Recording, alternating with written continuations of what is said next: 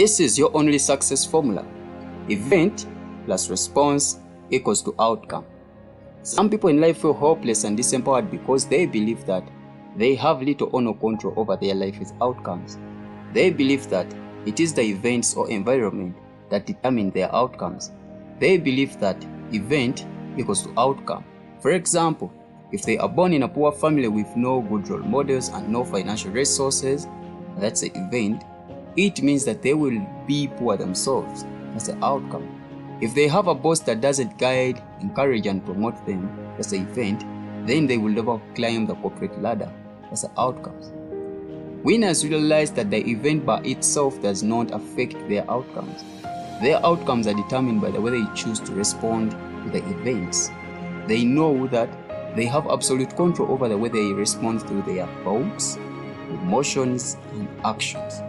It is through their thoughts, emotions, and actions that they shape their outcomes. What if you got retrenched? If this scenario happened to you, how would you feel? How would you think this event would ultimately determine your life's outcome? Would you end up better off or worse off? Doesn't it really depend on how you choose to respond? Remember that we respond through our thoughts, emotions, and actions.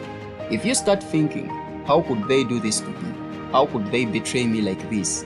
I have wasted all the many years of my life. I have lost my security. These thoughts will trigger emotions like anger, hopelessness, fear, depression, bitterness, and despair. These are negative emotional states. What actions would you likely take in these negative emotional states? Would you be inspired to start searching for a new career or even start your own business? Would you execute passion and enthusiasm in a job interview? Would you feel the passion to give your heart and soul to something new? Not at all. This is how most would feel. As long as you respond by feeling angry, bitter, despondent, you will never put in your best anymore. In fact, you may become cynical, lethargic, and sabotage whatever chance may come your way. You may turn to alcohol to drown your own sorrows. It is obvious that the outcome is not going to be a very good one. At the same time, you could choose to respond differently to the same event. You can choose to think, instead of helping my boss get rich, I can take the many years of experience I have and apply it to building my very own business. It is my company that has lost a very valuable asset. Or, I can now bring my knowledge and skills to a company that values my work. These thoughts create a very different set of emotions.